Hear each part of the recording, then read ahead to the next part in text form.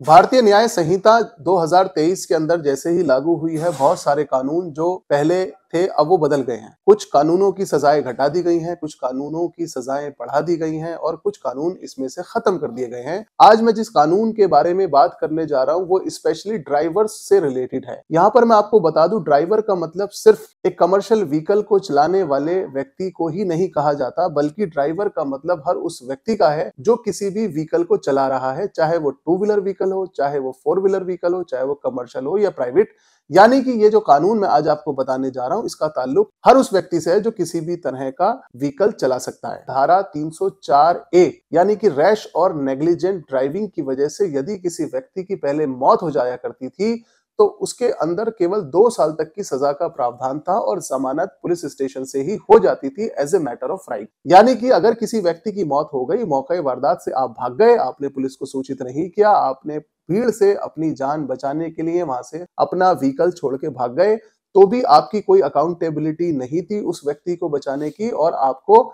थाने से ही बिना किसी जमानत की एप्लीकेशन लगाए जमानत मिल जाया करती थी। ये कानून अंग्रेजों का बनाया हुआ था। अंग्रेजों ने इस कानून को क्यों बनाया, ये भी एक बड़ी इंटरेस्टिंग सी कहानी है जो मैं बहुत कम वक्त में आपको यहाँ बता देता हूँ। आजादी से पहले अधिकतर कारें अंग्रेजों के पास हुआ करती थी और अगर किसी व्यक्ति की मौत अंग्रेज की किसी कार से टकराकर हो जाती थी तो उस पर 304 ए इंडियन पिनल कोड की धारा लगाई जाती थी और अंग्रेजों की सहूलत को देखते हुए इसमें सजा केवल 2 साल रखी गई और उन्हें जमानत लेने के लिए कोर्ट भी नहीं जाना पड़ता था, पुलिस स्टेशन से ही जमानत मिल जाती थी। अब सन 2023 के अंदर बीजेपी सरकार ने पूरी इंडियन पिनल कोड को खत्म करके भारतीय न्याय संहिता यानी बीएनएस को लॉन्च किया है और इसमें अब एक नई चीज जो इन्होंने जोड़ी है वो ये है कि अगर किसी डॉक्टर से कोई रैश और नेग्लिजेंट एक्ट की वजह से, व्हीकल्स की वजह से अगर कोई व्यक्ति डेथ हो जाती है तो उसे 5 साल तक की सजा दी जा सकती है और किसी डॉक्टर के अलावा किसी अन्य व्यक्ति ने अगर रैश और नेग्लिजेंट ड्राइविंग की वजह से किसी व्यक्ति की मौत हुई है तो उसे 10 साल तक की सजा दी जा सकती है। यहाँ पर एक क्लॉज और भी ऐड किया गया है कि अगर किसी व्यक्ति की मौत हो गई है, एक्सीडेंट हो गया है और आपने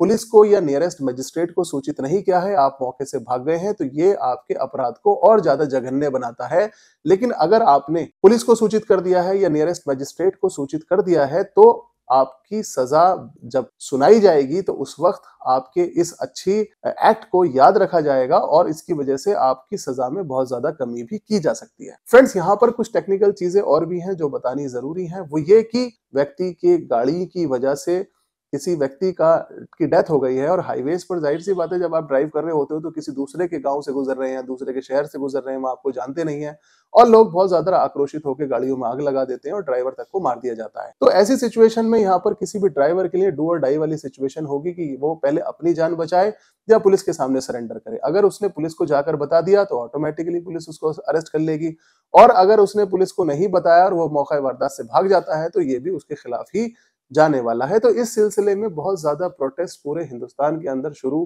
करने का आह्वान ड्राइवर कम्युनिटी ने किया है और वो 1 जनवरी 2024 से पूरे हिंदुस्तान के अंदर प्रोटेस्ट करने जा रहे हैं। यहाँ पर मेरा मकसद ये बिल्कुल नहीं है कि ये कानून सही है या गलत है, इसका एनालिसिस आप अपने तौर पर खुद करें। मुझे इनबॉक्स में भी आप बताएं कि ये कानून का प्रावधान सही है या गलत है। लेकिन यहाँ पर क्योंकि ड्राइवर कम्युनिटी आमतौर पर इस चीज से सबसे ज्यादा इम्पैक्ट होती है तो इसीलिए उनके लिए